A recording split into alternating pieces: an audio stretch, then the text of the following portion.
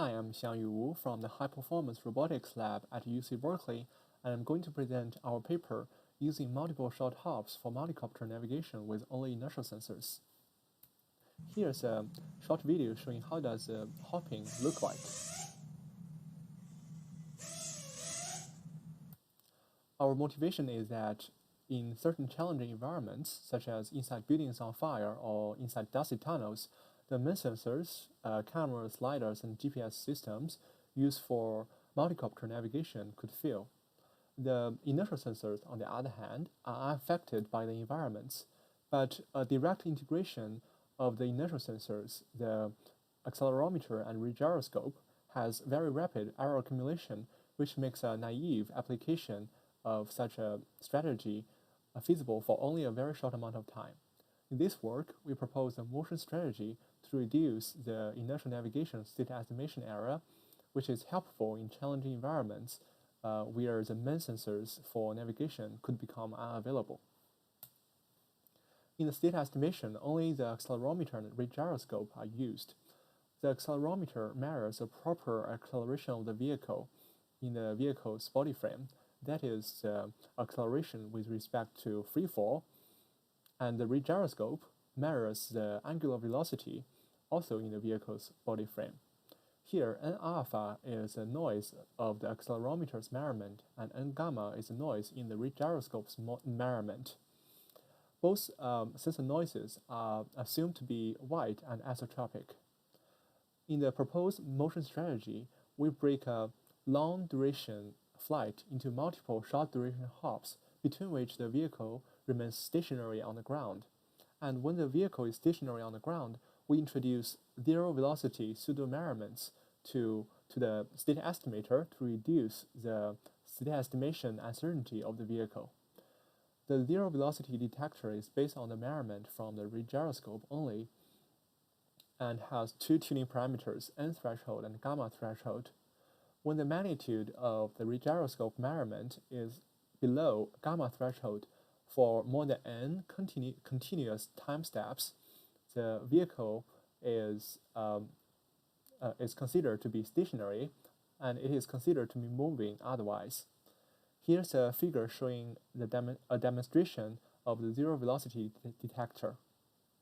The stationary detection has value 1 when the vehicle is stationary and 0 when the vehicle is moving. Here, the vehicle is hopping between 1.6 to 2.7 seconds and between 4.7 to 6 seconds and is stationary on the ground for the rest of the time. In this slide, we give a simplified analysis of the state estimation uncertainty of the vehicle on a single direction.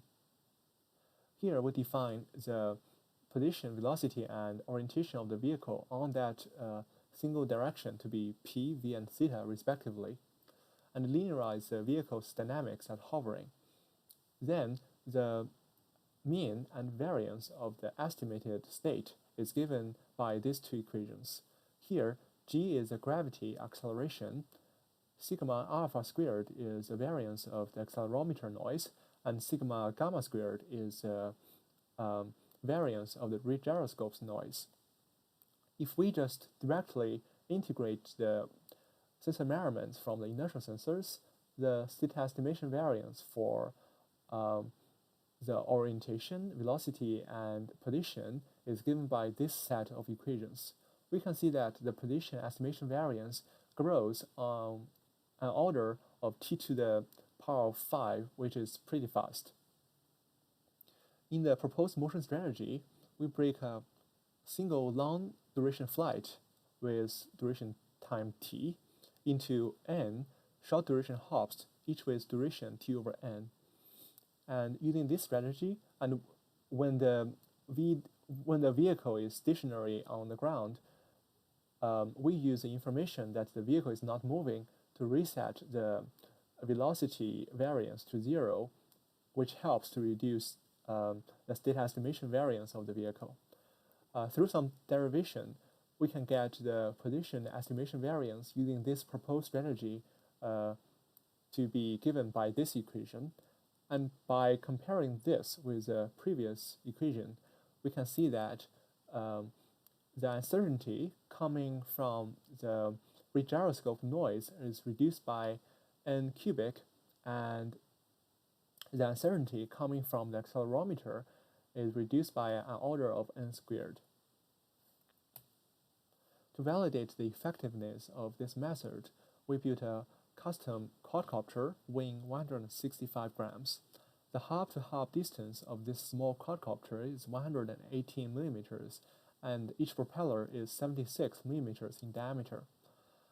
It is equipped with a consumer-level AMU with a measurement frequency of 500 Hz, and a small analog camera is mounted on this multicopter for video streaming. It is not used for the state estimation.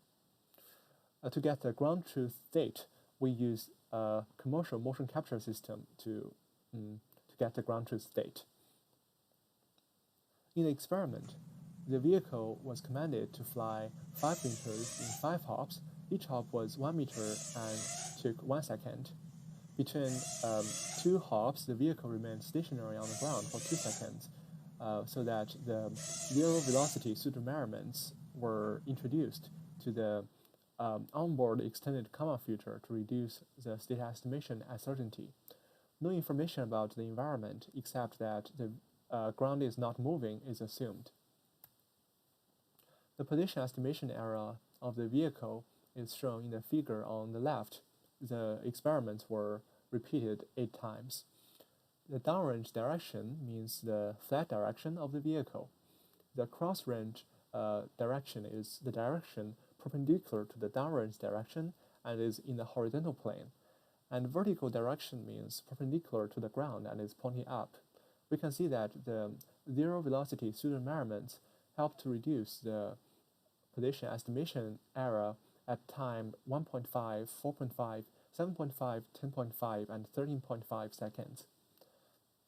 On the right, the closed-loop trajectory tracking of the vehicle using the proposed inertial navigation estimator is shown. Here, the black dotted line is the reference trajectory, and each real colored line represents the real position of the vehicle in each of the 8 experiments. For comparison, we did a now experiment where the vehicle flew 5 meters in 5 seconds, but in a single long-distance flight. The experiment was repeated 8 times like before. We can see that the position estimation error on all the 3 directions becomes much larger. And in this table, we can see that at the end of the flight, both the root mean square error for position estimation on downrange, cross-range, and vertical directions become much larger compared to the proposed strategy.